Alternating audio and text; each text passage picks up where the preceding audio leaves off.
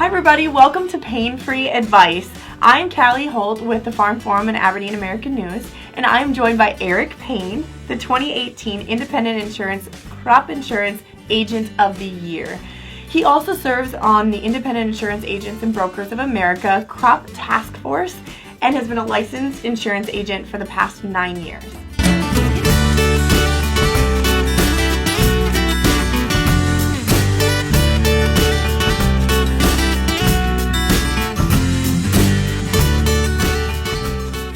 Farm Forum and Aberdeen American News have joined forces with Insurance Plus for a 4-part video series featuring all things insurance, but specifically a deep dive into crop insurance. So tell our viewers a little bit about your background and what steered your career path into insurance. Sure, thank you. Thanks to American News and Farm Forum for having us. So my background, I'm a local boy. I grew up here in Aberdeen, South Dakota. Okay. Later on in my youth, I moved to Leola, west of Leola, on a cattle ranch, and so that's kind of where my ag background comes from, and where my interest in agriculture grew from. Raised Red Angus cattle. For my folks are Craig and Peggy Bieber, and we raised Red Angus cattle west of Leola. But there was a time in my life after I got married to my wife Megan and 2 kids that I decided I needed a change. So I started looking for a job in the Aberdeen area and happened to pick up the Farm Forum, lo and behold. How neat is that? Saw that Insurance Plus was looking for a crop and farm insurance agent. Wow. I thought that sounded pretty interesting. So I did apply, and they brought me on board, gave me the opportunity, and I'm so thankful for that. It's been a great ride the last 9 years.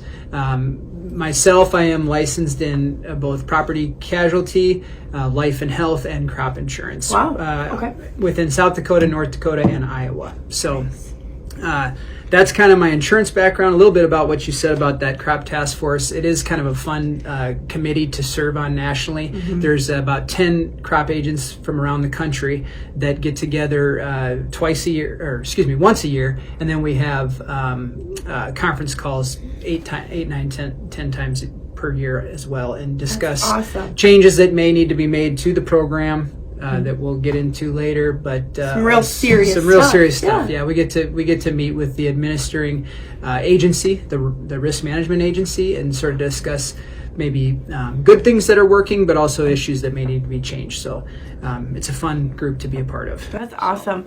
Well, before we get into the specifics of like any form of insurance or another, I wanted to take a minute to talk about the people within Insurance Plus, because I know that you guys aren't just one line or another, and really have specialties in many different divisions. So can you tell us a little bit about what we would see when we would walk into Insurance Plus? Sure, yeah. So Insurance Plus is a little unique in respect to an agency. We are what's called an independent agency. So we are locally owned within the Aberdeen area, and we write for multiple different companies or carriers within multiple different lines to find sort of the best coverage at the best price. We write for, like I said, many different companies, but some that you might be aware of on the property casualty side are going to be Progressive and Nationwide, Liberty Mutual, some of those. So if I walked in with my car and I needed to insure it, you would be able to give me a quote from many different companies. Absolutely. And then we would together pick the best option for my needs. Absolutely. Wow. That's a nice thing. Yeah. And the other nice thing about Insurance Plus is we are very, very much departmentalized, sort of specializing in all the different departments, from personal lines that would give you coverage or for your, say, homeowners, maybe a personal car, maybe a boat or an ATV. We also have a commercial lines department, which is going to write any of your business needs, from maybe trucking to a retail shop to manufacturing. And then, of course, we also have a life and health division that writes individual life and health insurance, as well as the employee benefits side of it that comes in and can write your business's employee benefits. And probably from any size of businesses as well. Absolutely. From very small to large companies. And then, of course, our department, which is the farm department, excuse me, and we write farm insurance, crop insurance, agribusiness, livestock. We kind of specialize in all the ag sectors. So you guys really kind of have your own specialties, obviously, and absolutely, and that really helps your customers.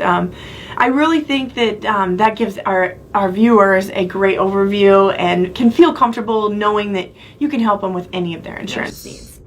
Well, in today's world, it seems like the more knowledge that we can arm our farming and ag communities, the better, which is why we created this video series to begin with, to really put out the information to the public about the benefits of crop insurance, because crop insurance really is essential to the success of farmers and the country. It is. Can you give our viewers a brief overview about what crop insurance really is? Sure, yeah. I mean, I'll be very broad with how we discuss it today. I guess, crop insurance 101, so to speak. Yeah.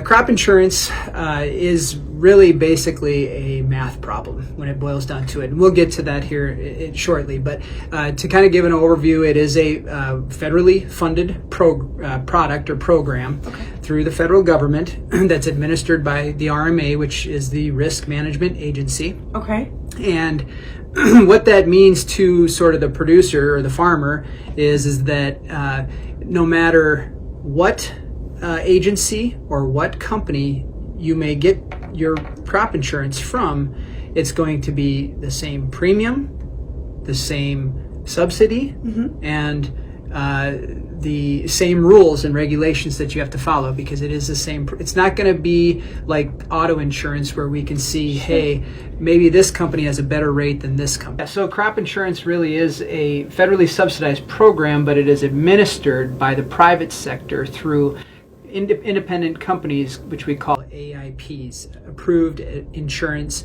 providers, which would be your independent companies, such as yourself. Right. So we as independent agents write for 2 or 3 different AIPs, which is usually what you see within other agencies, and we write the multi-peril crop insurance product, which is the one we're going to sort of talk about and touch on today. But there's so many other different products within the federally subsidized program. Right. By federally subsidized, yes, the federal government is paying for part of the premium, but the farmer is paying for a big chunk of it as well, at least half. So that being said, they are taking on the risk as well as the approved insurance provider, and then the government somewhat as well. So crop insurance, back to the math problem. Oh, okay. I'm not very good at math, so but I'm sure you make it really easy. Again, we aren't going to get into any of the specifics. I mean, yes, you can take different plans. Yes, you can take different options, and we can do that in another episode. But really, what we're talking about is let's take an example of a corn farmer in Brown County. Okay. They have a history, right? They have a history of growing this crop in Brown County, and that history may say, you know what, he grows approximately 180 bushels per acre on average per year.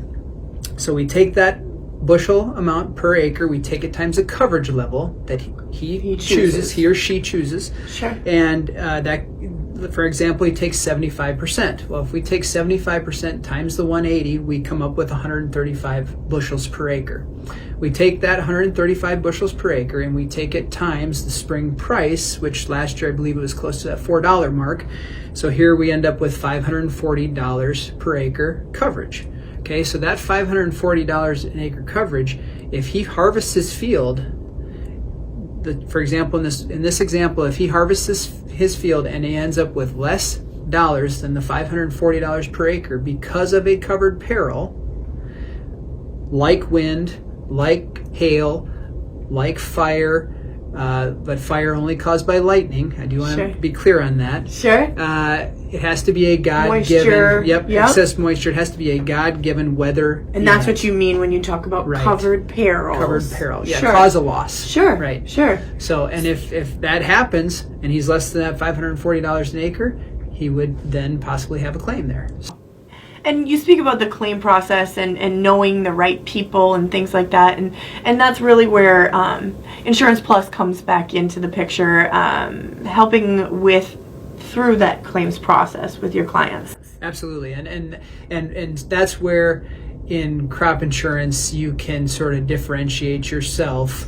Would either be through the independent agency system, agents like us at Insurance Plus, and or the claims experience that you're going to receive from that insurance company. So can I sign up for crop insurance at any point, or is there specific deadlines that I need to kind of follow? Yeah, there is actually. Great question. We do have a sign-up deadline or change deadline, which is coming up pretty fast on March 15th. Okay. That would be for your typical spring crops like corn, soybeans, oats. Sure. Because March 15th this year falls on a weekend, we actually do have till the 16th just this year. But on a normal basis, think March 15th. March 15th. You got it. Next week, we'll take a deeper dive into multi-peril crop insurance and talk about the different plans and coverage levels, and you've got a lot more facts and information for us. Yes, thank you, Callie, for having me in the Farm Forum. Audience, we want to hear from you guys. We want to hear what kind of questions you may have, what other topics you want to hear about. So please feel free to drop us a line in the comments below, and we will look to discuss next week. Perfect. Well, until next week, thank you for tuning in to Payne Free Advice. We really appreciate your time, Eric, and we look forward to seeing you all next week. Bye. Bye.